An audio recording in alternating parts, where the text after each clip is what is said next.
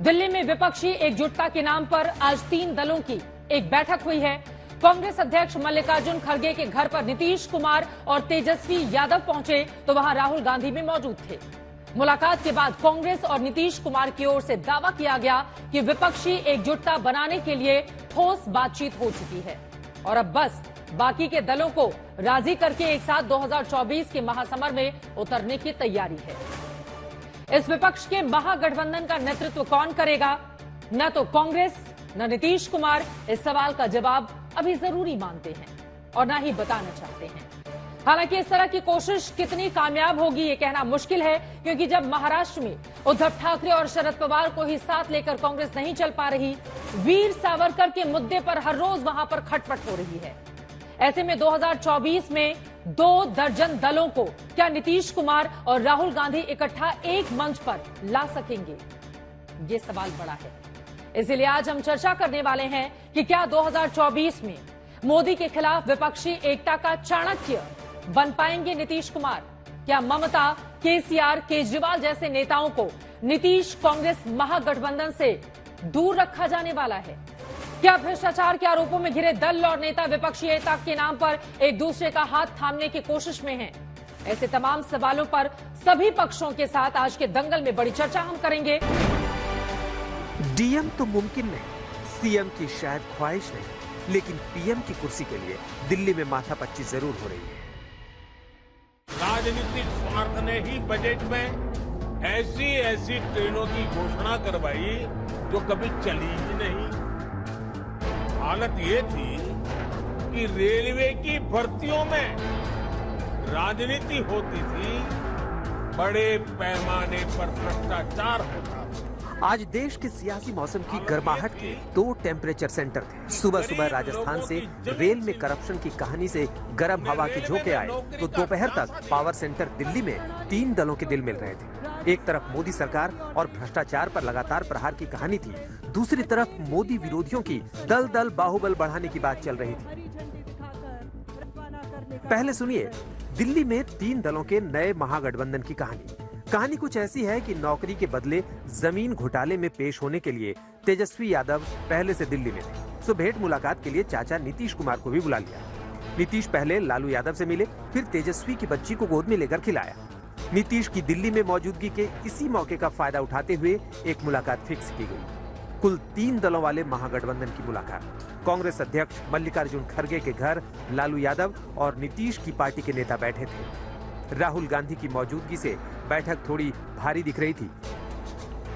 बैठक के बाद 2 दलों के 3 नेताओं का बयान हुआ। हम सभी ने मिलकर तय किया कि सभी पार्टियों को एकजुट करना और एक होकर आगे जो चुनाव आएंगे उस चुनाव में एकजुट दिखाकर लड़ना। ऑपोजिशन को एक करने में एक बहुत ऐतिहासिक कदम लिया गया है। अधिक से अधिक पार्टियों को पूरे देश में एकजुट करने का प्रयास करना और उसके लिए हम लोग अपना कोशिश करेंगे। सब लोग एग्री करेंगे, वो सब लोग बैठेंगे और एक साथ हम लोग आगे का काम करेंगे। विचारधारा की लड़ाई में एकजुटता के दावे किए गए, लेकिन मोदी विरोधी गुट की अगुवाई कौन करेगा, ये जवाब किसी ने नहीं दिया।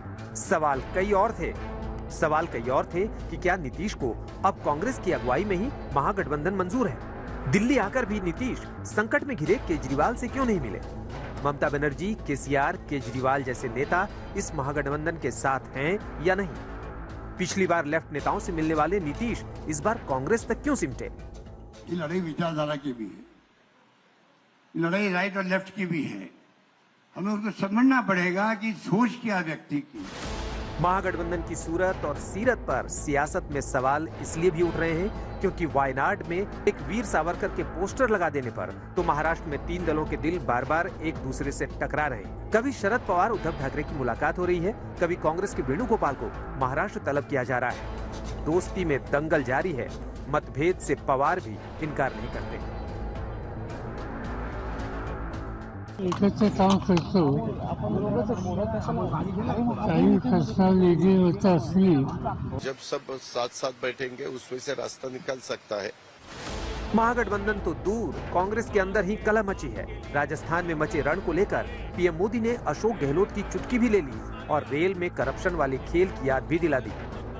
गहलोत जी का विशेष रूप से मैं आभार व्यक्त करता हूं कि इन दिनों वो राजनीतिक आपाधापी में उनका अनेक संकटों से वो गुजर रहे हैं, उसके बावजूद भी विकास के काम के लिए समय निकाल करके आए। रेलवे की भर्तियों में राजनीति होती थी, बड़े पैमाने पर भ्रष्टाचार होता था। गरीब लोगों की जमीन छीनकर उन्हें रेलवे में नौकरी का झांसा दिया गया। पीएम मोदी के व्यंग्यवाण से अशोक गहलोत इतने आहत हुए कि आजादी के बाद से देश में हुए 20 रेल मंत्रियों का नाम गिनाकर सबका अपमान करने का आरोप पीएम मोदी पर लगा दिया। हालांकि अशोक गहलोत ने अपनी फहरिस्त में लालू यादव का नाम नहीं लिया, क्योंकि एक तो चारा घोटाले में सजायाफ्ता हैं, दूसरे रेल में नौकरी के बदले जमीन मामले में अभी मुकदमा खत्म नहीं हुआ है। दिल्ली से मौसमी सिंह और जयपुर से जयकिशन शर्मा के साथ आज तक ब्यूरो।